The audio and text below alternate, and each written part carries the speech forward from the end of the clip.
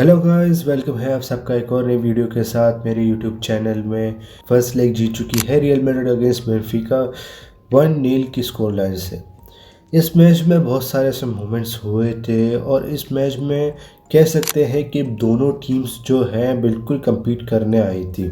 कोई team risk लेना नहीं चाहती। एक रॉन्ग स्टेप और चाहे रियल मैड्रिड हो या बेनफिका, दोनों की तरफ से मोमेंटम चेंज हो सकता था। तो इस गेम में दोनों टीम्स बिल्कुल इक्वली पर compete कर रहे थे। मैच में फर्स्ट हाफ तक हमने देखा।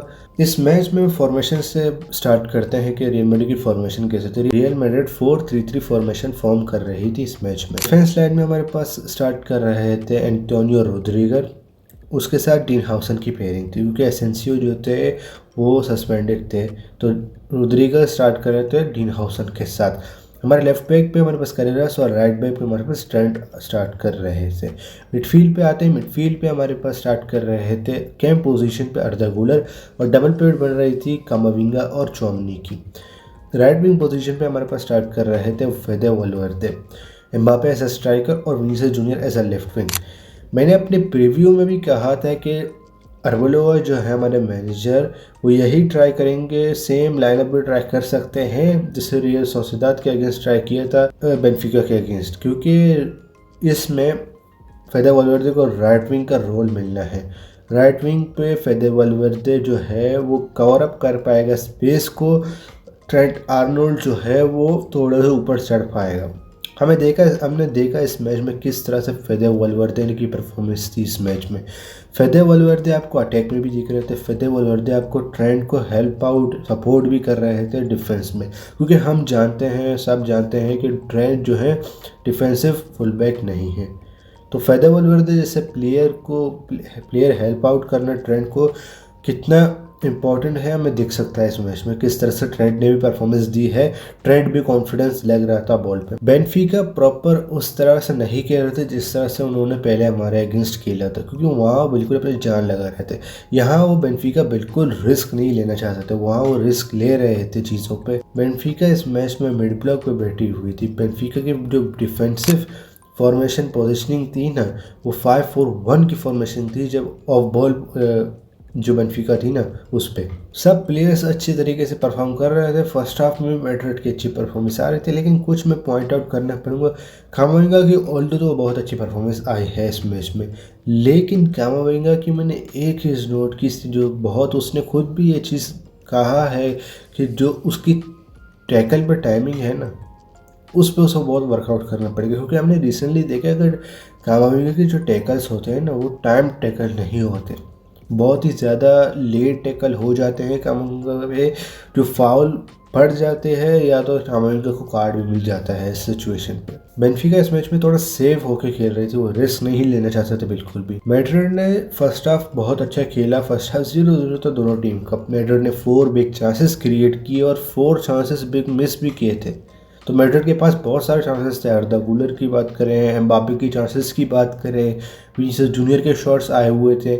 ये भी कहूँगा कि बेनफिका की कीपर तुरुबेन जो है उसने बहुत मैसिव और फिनोमिनल सेव्स किए इस मैच में, जिससे बेनफिका अभी तक गेम में बनी हुई थी, वरना ये स्कोर लाइन 3-0 भी हो सकता था। सेकेंड हाफ में विनीसियस जूनियर का जो गोल आया उससे मैड्रिड को हेल्प आउट हुई। विनीसियस जूनियर ने जो बैंगर गोल मारा है, बहुत ही खूबसूरत गोल है, विनीसियस जूनियर की टॉप गोल है। इसी गोल के बाद एक कंट्रोवर्सी स्टार्ट हो जाती है विनीसियस जूनियर के अगेंस्ट। बहुत सारे फैंस बेस जो हैं इंटरनेट पे ये कह रहे हैं कि विनीसियस जूनियर ने जो किया है वो टाइम वेस्ट करने के लिए है। तो मेरी आप बात सुने। सबसे पहले विनीसियस जूनियर को रेसिस्ट कमिट दिए गए हैं इस मैच में, प्रिस्टिनी ने दिए हैं। हुआ क्या, मैच में विनीसियस जूनियर मारते हैं एक बैंगर गोल, बैंगर था विनीसियस जूनियर का गोल, एक स्क्रीमर मार देता है तुरुबेन के अगेंस्ट, बेनफिका के अगेंस्ट। उसके बाद विनीसियस जूनियर करते हैं सेलिब्रेट। विनीसियस जूनियर के सेलिब्रेशन में जो विनीसियस जूनियर सेलिब्रेट कर डांस कर रहे होते हैं, कह सकते हैं डिसरिस्पेक्ट सेलिब्रेशन है बेनफिका के लिए। बेनफिका का प्लेयर्स को अच्छा नहीं लगा, बेनफिका फैंस को अच्छा नहीं लगा वो सेलिब्रेशन। ऐसा बहुत देखा है हमने मोमेंट्स, जैसे बहुत सारे प्लेयर्स जो हैं अवे टीम के जो फ्लैग्स होते हैं कॉर्नर फ्लैग्स होते हैं उसको सेलिब्रेशन में तोड़ भी देते हैं, हमने मैसेज बहुत देखे हम। तो विनीसियस जूनियर तो सेलिब्रेट कर रहा था।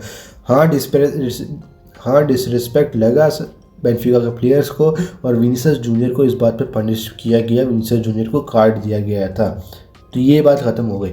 लेकिन विनीसियस जूनियर को आप रेसिस्ट कमेंट करके मोनो कहते हो, मंकी कहते हो एक एस प्लेयर को, तो ये तो फुटबॉल में आपकी कोई जगह नहीं बनती।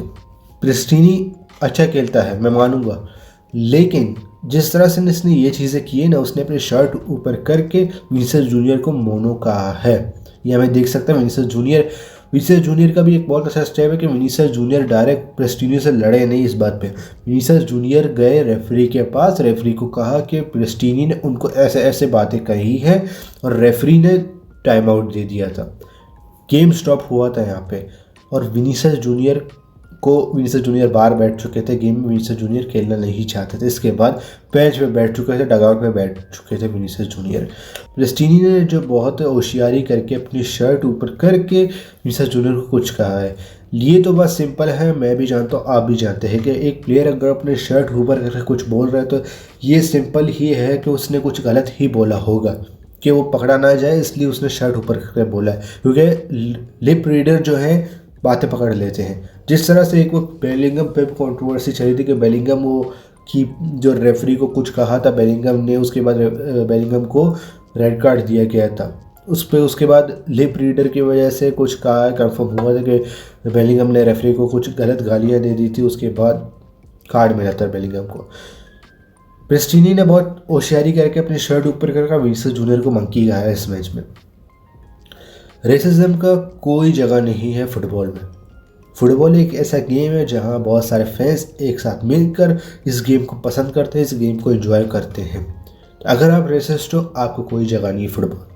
लेकिन बात वही आती है कि अगर रेफरी ने तो येलो कार्ड भी नहीं दिया प्रिस्टिनी को इस बात पे, क्योंकि कुछ कंफर्म नहीं था। गेम स्टार्ट हुआ, कंटिन्यू हुआ, गेम एंड तक चला। इस गेम में हमने देखा कि एम्बापे जो है, एम्बापे की परफॉर्मेंस नहीं आ रही थी। एम्बापे रिसेंटली इंजरी से वापस आया है, तो मैं ज़्यादा उम्मीद नहीं लग रहा था कि एम्बापे कुछ ज़्यादा परफॉर्म करेगा, लेकिन एम्बापे ने उतना परफॉर्मेंस दी। उसने ट्राई की, उसने स्पेस क्रिएट करने की ट्राई की, उसने इंगेज करने की ट्राई की डिफेंडर को, जो हमें वही चाहिए था एम्बापे से। स्पेस से जो है वो डिफेंडर बेनफिका के इंगेज रहेंगे कमविंगा के साथ, तो थोड़ा स्पेस बनेगी मिडफील्ड और डिफेंस लाइन की बेनफिका की। इस गेम में प्लेयर्स जो थे, गूलर, करेरास की बात करूँ या ट्रेंट की बात करूँ या वलवर्दे की बात करूँ, टॉप थे। गूलर का टॉप गेम था, गूलर ने दिखा ये बहुत ही अच्छे तरीके से गूलर कह सकता है। यही बात है कि ट्रेंट की वापसी से हमें देख सकता है प्लेयर की कितनी परफॉर्मेंस बेहतर हो रही। उस वक्त सारे जो है डिपेंडेंट थे गूलर के ऊपर कि गूलर कुछ बना के देगा गेम में, गूलर गेम के टाइप को कंट्रोल कर पाएगा। गूलर डीप भी आ जाता था, गूलर एज अ नंबर 10 की अटैकिंग मिडफील्ड के पोजीशन में भी चढ़ जाता था हर मैच में। अब हमें ये दिख सकता है कि ट्रेंड की आने से जो है गूलर का रोल थोड़ा सा सेंट्रल मिडफील्ड के ऊपर पहुँच चुका है।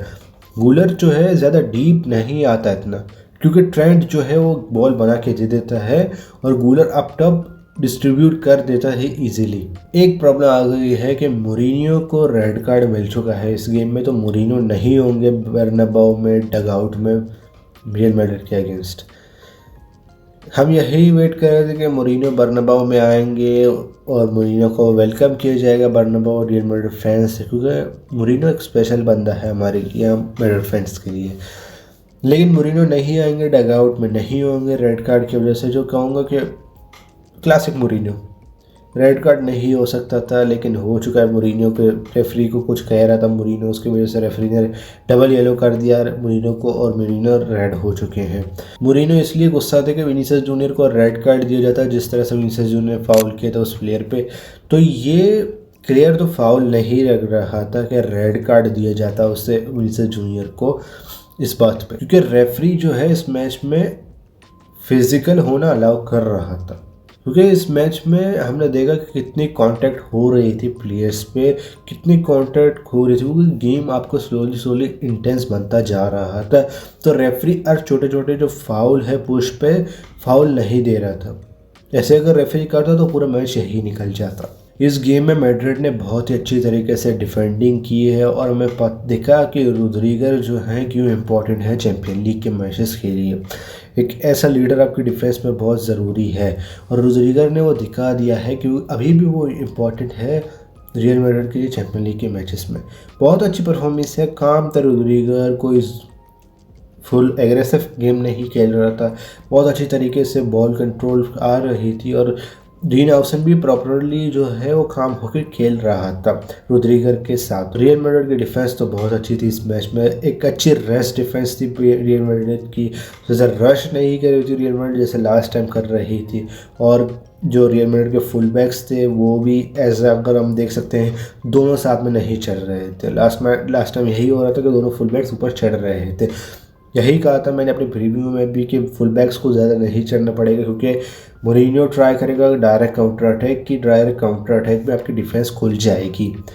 इसमें भी हमें यही दिखा कि अगर कैरेरास जो है वो इन्वर्ट कर रहे हैं मिडफील्ड में, तो ट्रेंड जो है बैक थ्री बना रहे हैं डीन हाउसन और रुद्रिगर के साथ। अगर ट्रेंड भी ऊपर चढ़ रहे होते तो गूलर डीप ड्रॉप करके बैक थ्री बना लेते थे। इस गेम में मैड्रिड ने 16 शॉट्स लिए और 7 ऑन टारगेट्स थे। एक बहुत अच्छे परफॉर्मेंस था, मैं कह सकता हूँ मैड्रिड के लिए। 1-0 की स्कोर लाइन थी लेकिन मैड्रिड और स्कोर कर सकती थी, लेकिन ये मैं कहूँगा प्रॉपर है, आपने गेम जीत लिया, ये बहुत इंपॉर्टेंट है। अब आपको सेकंड लेग के बारे में इजी होना पड़ेगा, क्योंकि आपके ऊपर प्रेशर नहीं होगा कि अगर आप गेम हार जाते तो आपके ऊपर प्रेशर होता है बर्नाबाउ पे कुछ भी करके गेम जीतना है। हाँ, अभी भी बर्नाबाउ में कुछ भी हो सकता है, लेकिन बर्नाबाउ आपकी खुद की ग्राउंड होगा, आपके फैंस होंगे, आपके सपोर्ट होगी, तो आप परफॉर्म भी कर पाओगे वहाँ पे। तो ये थी आज की वीडियो। अगर आपको वीडियो पसंद है तो लाइक ज़रूर से करना। अगर आप चैनल पर नए हो, अभी तक सब्सक्राइब नहीं किया तो सब्सक्राइब ज़रूर से करना। मिलते हैं एक और नई वीडियो के साथ, तब तक के लिए थैंक यू।